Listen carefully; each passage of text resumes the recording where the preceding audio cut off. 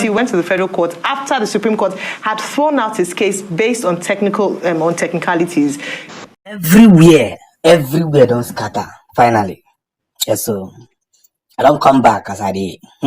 Everywhere don't scatter. So lawyer seeks to stop inauguration of Tinubu with immediate effect. I'm gonna allow you to watch this very short video. I'm gonna come back and discuss this very important stuff. But before that, if this is your first time of coming across the town crier, why don't they show love now? Why don't they show love? Please subscribe, share, like, follow. Most importantly, like our videos, because according to YouTube and Facebook policy, the more you like our videos, the more they help recommend to other subscribers and not yet subscribed to this very channel. Now, there is something that is going on in the judiciary. They are doing everything possible to bribe the judiciary. The last spot, we heard that Tinubu and Shittima has moved into the defense house to prepare for the inauguration that should happen next month, 29th of next month. But what they didn't know is that the lawyers are heavily against his inauguration. You see, I've been saying this thing and I've been trying to correct it every time and then. I've been trying to push this ideology for everybody to understand that there is a prophetic deliverance that must happen if we want a new Nigeria. It must happen, it must be allowed to happen, and it must come to pass. Now, tell me one powerful benefit of Tinubu becoming the president of Nigeria, and what guarantees you that such a man can run a country without throwing jabs. And that's one of the most difficult stuff. That's one of the most difficult stuff. You see, there are motives. There are motives that are peculiar. There are things that, if not corrected, mistakes will be made. And that is why I am telling Nigerians now that the battle in the court and what Rufai said here is a big blow to the judiciary. If it is not corrected now, if things are not done rightly now, it's gonna be a big blow to the life of Nigeria. Some of you you'll be leaving this country with immediate effect. We have seen Ohaneze accusing Tinubu of Ibophobia in his election.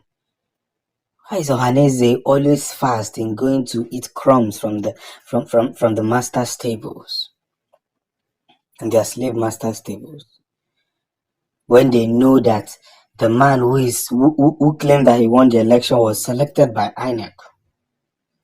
And I heard that Tinubu's wife chased some Anambra people that came from the video. Watch the video, I beg, I'm back. He went to the federal court after the Supreme Court had thrown out his case based on technicalities. He was still not satisfied. He went to the ECOWAS High Court. So that hasn't been decided. So I wonder what would be in this particular suit now that's different from what he did in 2019 that would not make him, perhaps, Dr. Bass, is there a fine for, or can you? No, the court can fine you for wasting the time of the court. Absolutely. Yes, you can be fined for wasting the time of the court. I don't want to be subject, but I recommend very strongly. Fine. Well, all right, the development is coming as the Social Apex Igbo Social Cultural Organization, Ohaneze Ndigbo, has accused the president-elect of discrimination following the non-inclusion of an Igbo person in the 14-member committee inauguration set up by Tinubu for the May 29th handover activities. The committee, which includes Bayo Nonuga as the Director of Media and Publicity, is made up of people from regions across the country. The National Vice President of Ohaneze Ndigbo Worldwide, Chief Damian Okeke, described Bola Ahmed Tinubu as a tribalist who who has Igbophobia in his veins, adding that Tinubu inherited the Igbo hatred from the incumbent president Muhammadu Buhari. Rufai, you know, the first time I heard that phrase, Igbophobia, was from Nigeria's former President Olusegun Obasanjo at that one-year anniversary of Charles Chukwuma Soludo. But I guess everyone is sensitive at this point. I mean, it's an inauguration committee. I don't know what your thoughts are. I mean, everyone is sensitive at this point, and it has to be said. Yes, we've also raised this. I think it was when Mr. Yalawo was here.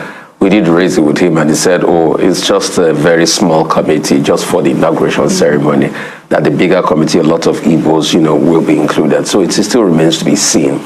But what we keep calling for is diversity. I mean, there's something called federal character in this country. There's a need for diversity across board. But the problem has always been the fact that the Igbos have been greatly marginalized.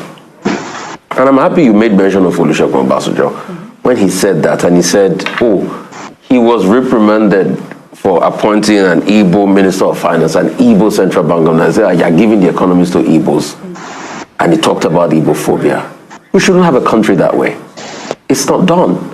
And that's why a lot of people still believe that the civil war is not over. And that's why we should be careful about what we do to one another.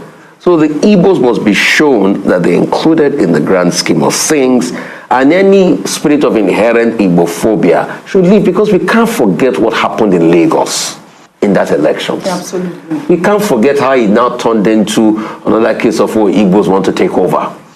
And they said a proper Yoruba man, just because mother was Igbo, they said they called him Chinedu. And this from Lagos. And that man was even more from Lagos than other people that were saying he's not from Lagos. So we can't forget all of that. But for this country to work, we need peace, we need togetherness, we need tranquility. Igbos must be included, just as everybody too must be included in this country, because we all own this country together. Yes. And nobody is more Nigerian than others. Absolutely. Well, unfortunately, that's all I have for you guys today. And I'm saying it again, that this thing we are dragging, this thing we are trying to correct, that some people are already confused. Look at what happened in Sudan. Other countries came and evacuated their citizens. It reached Nigeria people turn. They went and hid the money, $1.2 million. Why is it that everything about Nigeria, about APC is corruption, corruption, corruption? If they don't do corruption, they are not comfortable with it. Those kids started making videos and saying that the buses stopped. And I begin to ask, did they vote for APC? Those of them shouting and crying, did they voted for APC? What a shameless, my God. At this level, if you voted for APC and you are still supporting this evil, you don't know what is coming to your home. You don't know. I think punishment should begin to visit each home of anybody who supports evil, so that they will know how it really feels. I love you guys, and thanks for supporting us. Peace out.